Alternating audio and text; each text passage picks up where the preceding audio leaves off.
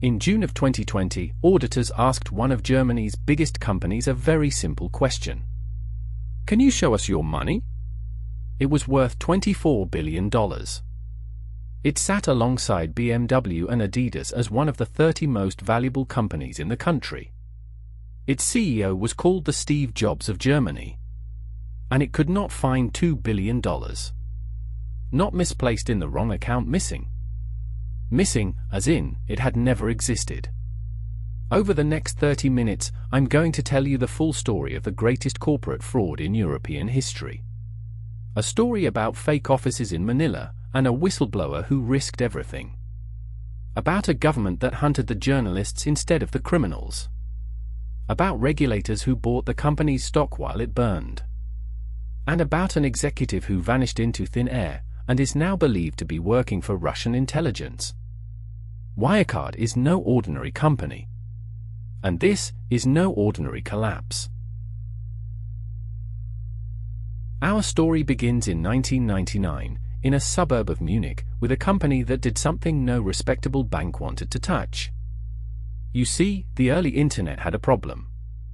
Millions of people wanted to buy things online, but there were two industries banks refused to process payments for: adult entertainment and online gambling. Which, inconveniently for the banks, were basically the only two industries making real money on the internet. Enter Wirecard. A tiny payments processor happy to handle the transactions nobody else would. It was dirty work. It was also extremely profitable work. Every adult site and every offshore casino needed someone to move the money, and that someone could charge whatever they liked. By 2002, the company had burned through the dot-com crash and needed rescuing. The rescuer was a 33-year-old Austrian consultant named Markus Braun, who put in his own money and installed himself as CEO. And then, in 2005, Braun pulled off his first real trick. Wirecard did not go public the normal way. A normal listing means prospectuses, due diligence, bankers crawling through your books. Instead, Wirecard quietly took over the stock market listing of a dead call center company called Infogenie.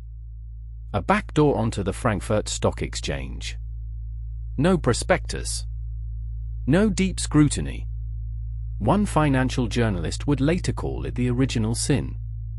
The company that would fool all of Germany entered the market, through a side entrance, with nobody checking its bags. To understand how the fraud survived for 15 years, you have to understand the man selling it. Markus Braun did not look like a guy running a payments business for the internet's grey zones. He wore black turtlenecks. He spoke in grand, hypnotic visions about the end of cash. He deliberately styled himself after Steve Jobs, and investors absolutely loved it. Braun barely gave straight answers in earnings calls. He gave sermons. Everything was digital ecosystems, machine learning, the payments revolution. And in a Germany desperate for a technology champion, desperate to prove it could produce more than cars and chemicals, a homegrown visionary was exactly what everyone wanted to believe in. Alongside him rose a very different character. Jan Marsalek. Young, charming, brilliant, and allergic to paperwork. Marsalek had joined Wirecard as a teenager and climbed to chief operating officer by 30. He ran the Asian business. He ran the deals. He flew constantly, appeared everywhere, and documented nothing. Colleagues describe a man who could sell anything to anyone in 5 languages. Braun was the prophet. Marsalek was the fixer. And under them, Wirecard began reporting something remarkable. Growth. Every single quarter. Never a miss. Never a bad year. Through the 2008 financial crisis, when actual banks were collapsing around it, Wirecard just kept growing. Now, you might be thinking, how does a mid-sized payments company in Bavaria grow every quarter for 15 straight years? That's a great question. It's a shame nobody in Germany asked it. Here is how the magic money machine actually worked. Wirecard's genius, and I use that word the way you'd describe a genius bank robbery, was in where it grew. The company claimed that most of its profits came from Asia and the Middle East, processed through mysterious third-party partners in places like Dubai, Singapore, and the Philippines. In countries where Wirecard had no license, a local partner would process the payments and simply forward the profits. On paper, 3 little partner companies in 3 time zones were generating half of Wirecard's entire earnings. Half! From businesses almost nobody at headquarters had ever visited. And here's the beautiful part. Because the money technically belonged to Wirecard but was handled by partners, it sat in special escrow accounts overseas, managed by outside trustees. Auditors in Germany couldn't easily check them. Regulators couldn't easily check them. Investors just had to trust. And oh, did they trust? By 2018, Wirecard stock had risen over 2,000%. It kicked Commerzbank, a 148-year-old institution, out of the DAX 30, Germany's index of elite companies. Which meant, by the way, that every index fund in the country was now legally required to buy Wirecard shares. Pension funds, savings plans, ordinary Germans, automatically wired into the fraud. Markus Braun became a paper billionaire. SoftBank came knocking with nearly $1 billion. Germany finally had its tech champion. There was just one small problem. Not everyone was buying the story.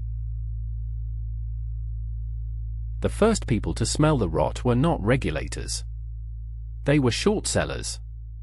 Investors who bet money that a stock will fall, which means they get paid to find problems everyone else is ignoring. As early as 2008, German investor groups were asking uncomfortable questions about Wirecard's accounts. The response set the pattern for everything that followed. The critics were investigated. 2 of them were actually prosecuted. Wirecard walked away clean. Then, in 2016, an anonymous research group calling itself Zatara published a dossier accusing Wirecard of money laundering and fraud. The stock tanked. And Germany's financial regulator, BaFin, sprang into action. Not against Wirecard. Against the short sellers. BaFin opened investigations into market manipulation, and the men behind Zatara found themselves hunted across 2 countries.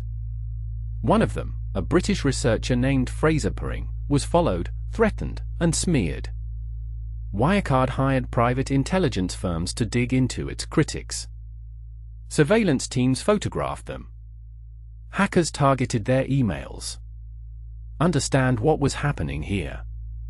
The people telling the truth were being treated as criminals by the German state on behalf of a criminal enterprise. Every time Wirecard survived an attack, the legend grew stronger. The stock recovered, then climbed higher.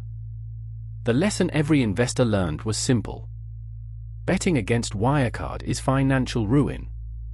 The company was now protected by something more powerful than any audit. It was protected by belief.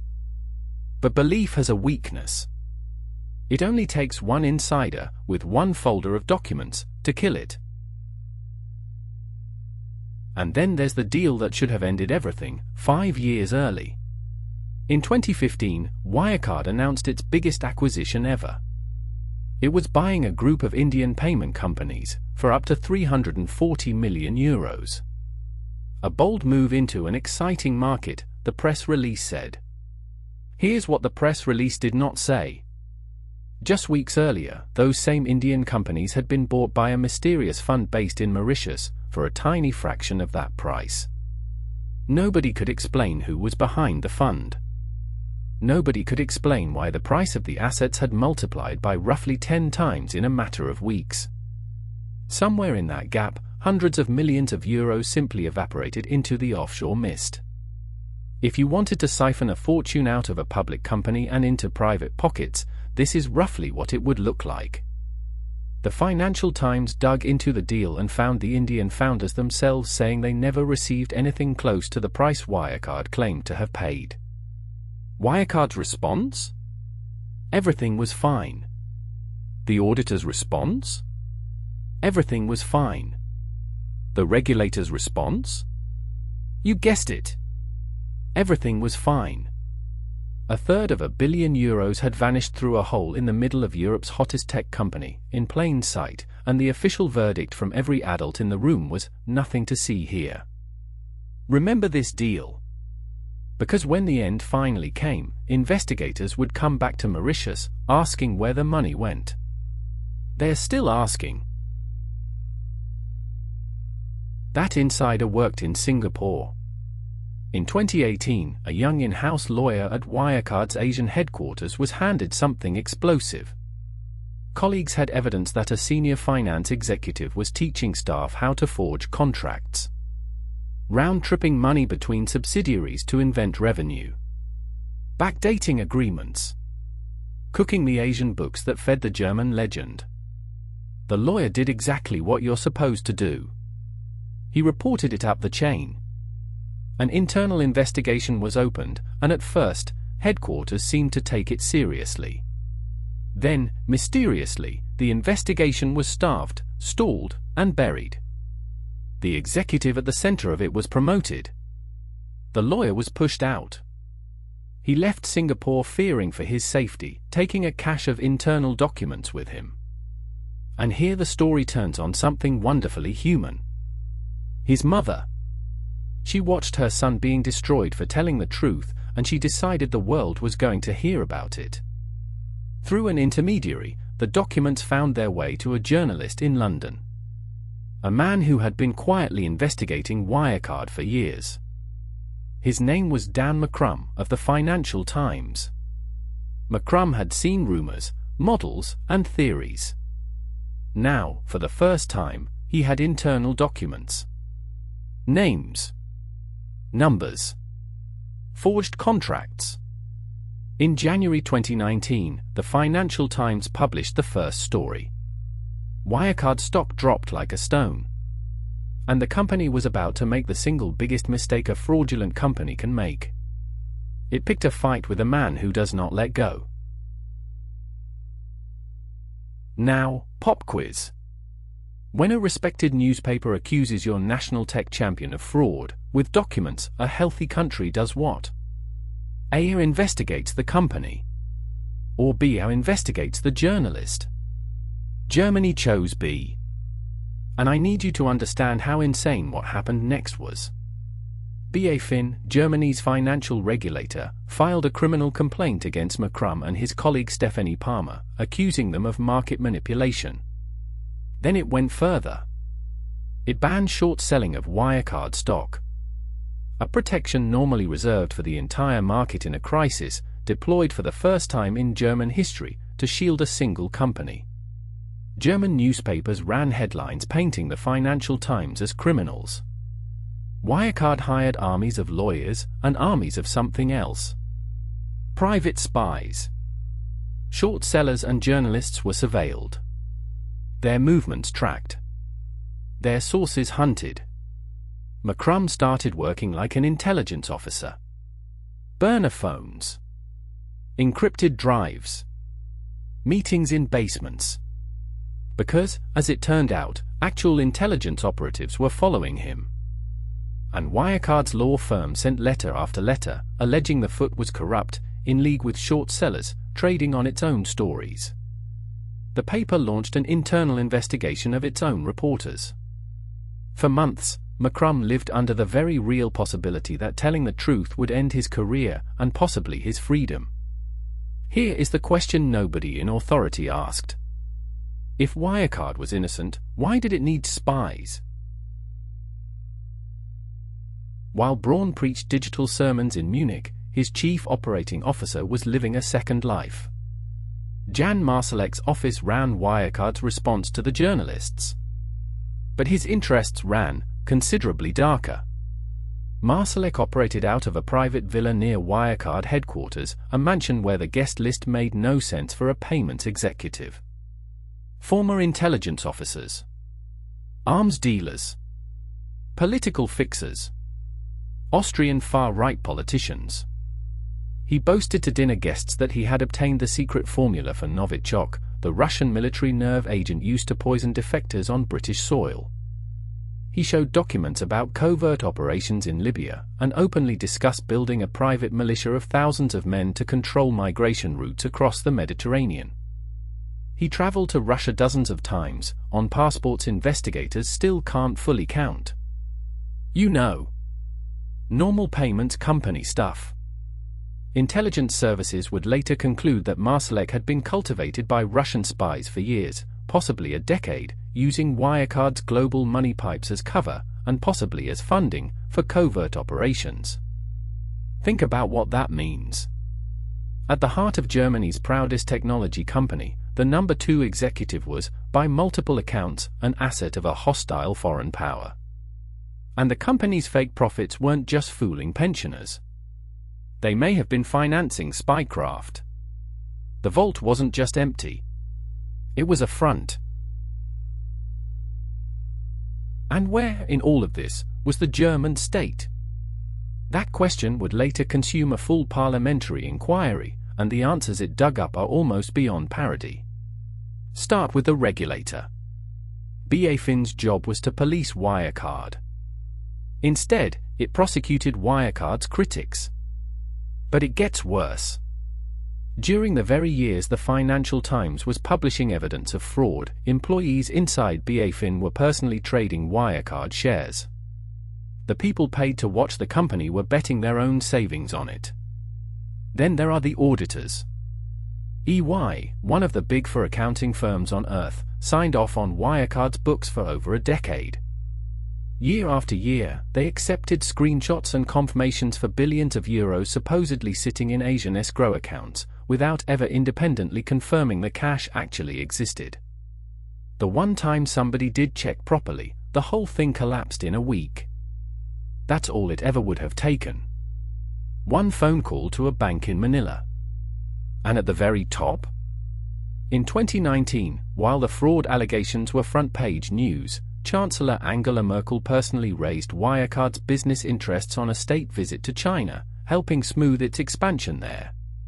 The German government was lobbying for the company abroad while it was being exposed at home. Every layer of protection civilization has invented, the regulator, the auditor, the government, didn't just fail. They actively defended the fraud, which left exactly one layer standing. The auditor's auditors. By 2019, with the Financial Times publishing internal documents and the stock swinging wildly, Wirecard needed a miracle. It got one. In April, SoftBank, the biggest, boldest technology investor on the planet, announced it was putting roughly €900 million into Wirecard. The market read it as a papal blessing. If the geniuses behind the Vision Fund had done their homework and liked what they saw, what exactly were a few journalists worried about? The stock soared. Analysts fell over themselves with buy ratings. A major rating agency stamped Wirecard's debt investment grade, and the company borrowed another €500 million from bond investors on the strength of it. Here's the punchline. SoftBank's structure was cleverer than it looked.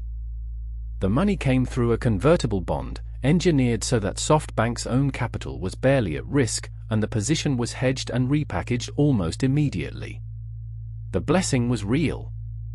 The faith behind it was not. But ordinary investors couldn't see the plumbing. They saw the halo. This is one of the most dangerous mechanics in finance. Credibility doesn't have to be earned. It can be borrowed, laundered from one famous name to the next, until a lie is wearing so many respectable logos that doubting it feels ridiculous. An auditor's signature. A regulator's protection. A chancellor's handshake. A tech giant's investment. None of these people had actually seen the money. Every one of them assumed somebody else had. By October 2019, the pressure had become unbearable. The Financial Times had published documents suggesting the Asian profits were largely invented. Investors were rattled. So Wirecard's own supervisory board did something Braun could not refuse. It commissioned a special forensic audit from KPMG, a rival of EY, with a mandate to settle the question once and for all. Braun was publicly confident. The audit, he said, would clear everything up. For 6 months, KPMG's investigators asked for basic evidence.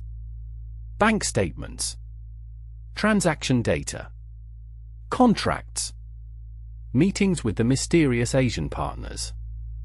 And for 6 months, they were stonewalled, redirected, and fed excuses. Documents arrived late, or doctored, or not at all. A promised trip to meet a partner in Manila ended with investigators sitting in a hotel while a man claiming to be a trustee waved paperwork at them. In April 2020, KPMG published its report. In 400 careful pages, it said the quiet part out loud. It could not verify that the third-party business, half of Wirecard's claimed profits, existed at all. It could not confirm the €1.9 billion in escrow. The stock plunged. Braun called it a misunderstanding. And now there was only one move left on the board. EY, finally, after a decade of taking Wirecard's word for it, demanded to independently confirm the money in the Philippine banks. All the auditors had to do was look. In June 2020, the confirmation letters finally went out to 2 banks in the Philippines, asking one simple question. Do these accounts, holding €1.9 billion, exist?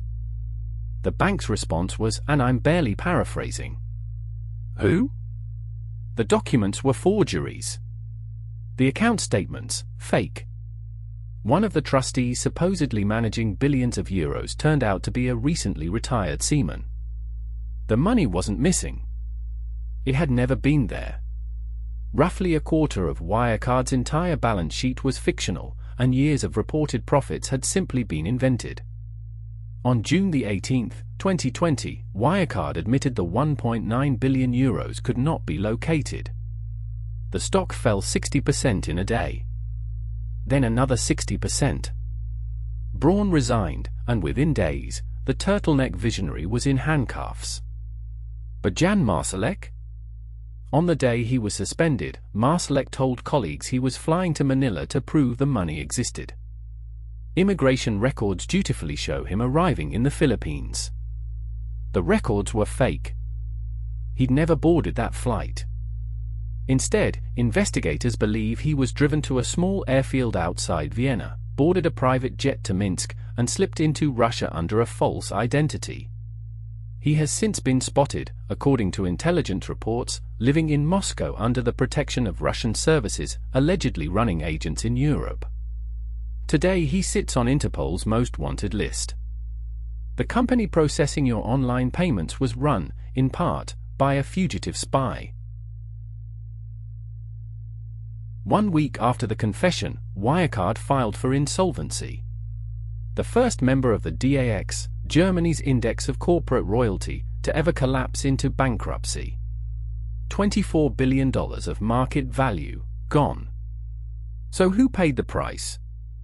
Markus Braun has sat in jail since 2020, on trial in a case so complex it has run for years. He insists he too was deceived, a visionary betrayed by his own lieutenants. The prosecutors disagree. So does his own former head of accounting, who confessed, turned star witness, and described the fraud from the inside.